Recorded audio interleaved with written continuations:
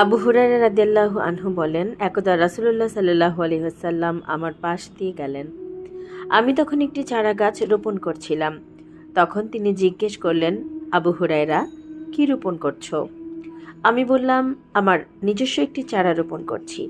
তিনি বললেন, আমি কি তোমাকে এমন এক চারার খোঁজ দিব না যা তোমার জন্য এর চেয়েও উত্তম হবে? আমি বললাম, অবশ্যই হে আল্লাহর রাসূল। তিনি তখন বললেন, বলো সুবহানাল্লাহি আলহামদুলিল্লাহি ওয়ালা ইলাহা ইল্লাল্লাহু আল্লাহু আকবার। অর্থ, সমস্ত পবিত্রতা আল্লাহর, সমস্ত প্রশংসা আল্লাহর এবং আল্লাহ ছাড়া আর কোনো ইলাহ নেই, আর আল্লাহ সর্বশ্রেষ্ঠ।